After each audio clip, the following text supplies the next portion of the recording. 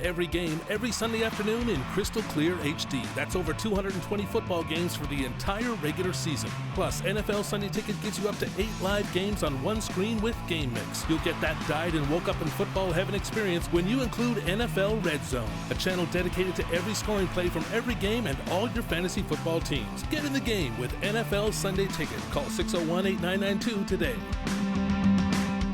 Good evening, Bahamas. You're tuned into MB12 Weekend, broadcasting from Cable 12 Studios in Robinson Road. Coming up tonight, the Minister of State for National Security says take the emotions out of crime. This as the murder rate approaches the all-time high. The F&M condemns government's lack of urgency on addressing crime. A major drug bust overnight, a man shot to the head this morning. What the Bar Association president says is contributing to a flawed judicial system. Plus, as always, we count down the top quotes in news this week. I'm Paige McCartney. We've got those stories and more straight ahead on MB12 Weekend.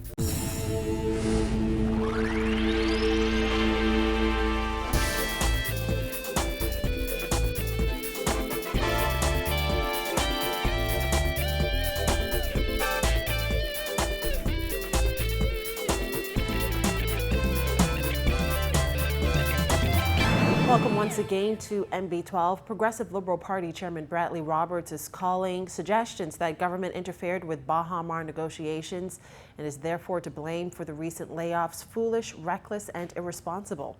In a statement released today, Roberts said the PLP rejects those suggestions because it's simply untrue, and the blame lies at the feet of Baha Mar developer Sarkis Merlian. Roberts said Prime Minister Perry Christie was invited by not only the developer to intervene and facilitate a negotiated settlement, but also the president of China Exim Bank to participate in three-party talks.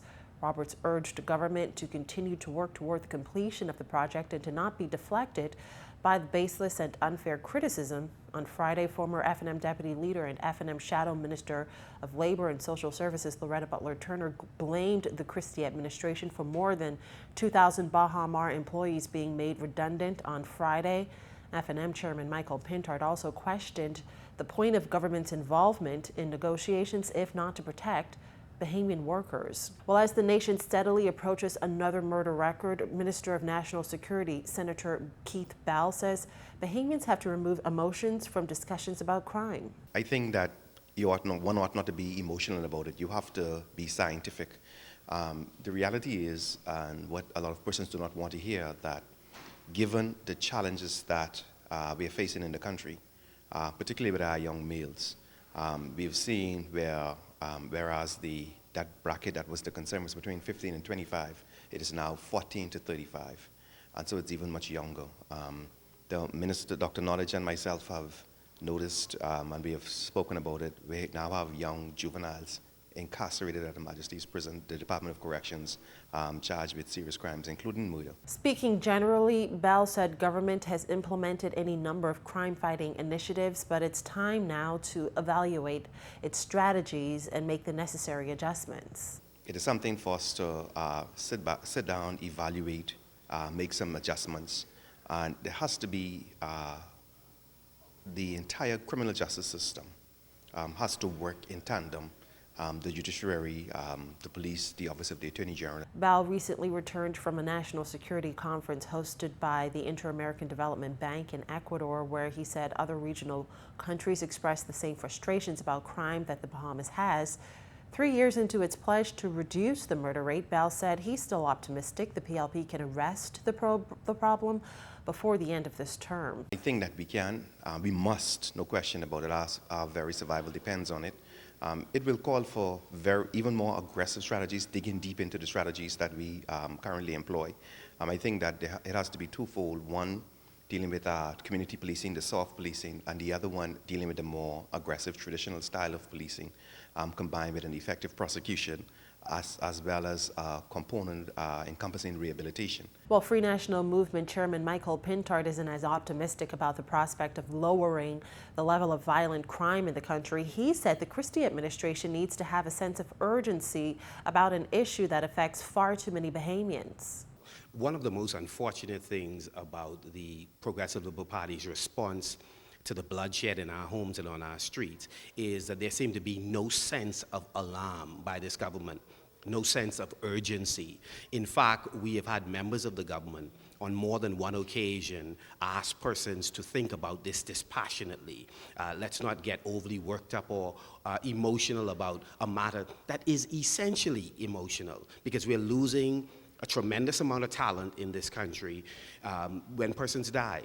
We are leaving behind children who are without their parents and who are emotionally scarred as a result of the violence. Pintard said it's not enough for the ministers of national security to throw rhetoric around about crime-fighting initiatives.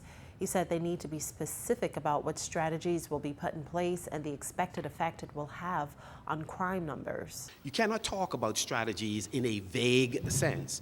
What specifically do you intend to do to deal with the immediacy of violent crimes? What do you intend to do specifically with respect to the medium to long term? He also questioned how government intends to utilize that $20 million loan it recently was granted by the Inter-American Development Bank specifically to tackle crime. The $20 million that was made available by the IDB to come up with a compendium of crime-fighting strategies, to date we do not know what has been done with the $20 million. There are no substantive programs targeting 17 to 35-year-olds in the inner city areas. According to the UN study on countries that are experiencing violent crimes, income inequality and the absence of human development programs contribute to the increase in homicides or violent crimes. Where are the government programs in the communities that they have historically represented in the inner cities in this country? They are non-existent. Meantime, police say 2 men were shot in the Yellow Elder Gardens area this morning. Police say one of the men was shot in the head. The victims were taken to hospital, and up to press time, they're in serious condition. And Drug Enforcement Unit officers have 4 men in custody after they were found in possession of more than 2,000 pounds of suspected marijuana. Reports are that shortly after 7 last night, officers from the Police Marine Support Services Unit were on routine patrol in the area of Grassy Creek, South Andros, when they noticed a white Govt boat. That's where officers discovered an estimated $2 million worth of suspected marijuana. Commander of DEU, Sam Butler. We have 4 Bahamian males in custody who are assisting us with this investigation, ranging from age 46 through 17. We are, again, excited about doing the job on behalf of the Bahamian people, and as we follow the mandate of our Commissioner of Police in our drug interdiction exercises, this help us to continue to keep the Bahamas safe. And investigations into that discovery are ongoing. While Bahamas Bar Association President Ellsworth Johnson addressing what he terms inadequacies in the judicial system, Johnson says lengthy delays in trials are largely due to facilities that leave much to be desired and an executive that is too heavily involved in the judiciary. Jasmine Brown has his candid comments in this report. While admitting that it's only fair that cases are heard in a reasonable amount of time, Johnson says that doesn't always happen, as some cases are on wait lists that span for years. And according to Johnson, there are a number of issues that contribute, including what he called politically contrived concepts like swift justice. One of the things that hampers the judiciary is that the executive are attempting to try and do the work of the judiciary. The former Chief Justice, Sir Michael Barnett, spoke to that. You know, I always hear politicians speaking about how many courts we need, what staff we need. Well, I want to hear the Chief Justice say to the public, what are their needs? And guess what? They've been saying this for years. The recent release of a Jamaican man who spent nearly a decade in prison without ever being brought to trial has highlighted flaws within the judicial system. Matthew Sewell spent the majority of the last 9 years at the Department of Correctional Services. He was accused of various offenses, which he was eventually cleared of. Just over a week ago, a Supreme Court judge ordered his immediate release from immigration authorities. Speaking generally, Johnson says everyone accused of a crime should be treated fairly. The law requires that persons held in custody are to be given a fair trial within a reasonable time before an impartial and fearless and independent tribunal or judge. And so one of the things I think that we must condescend to is how do we cause that to happen.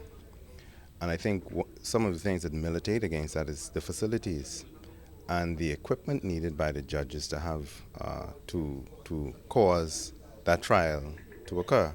But he says that's a hard feat for a system that is widely outdated and with courts and offices located in run-down facilities. Still have a large part of the registry that's on George Street. It's really supposed to be at Bank Lane.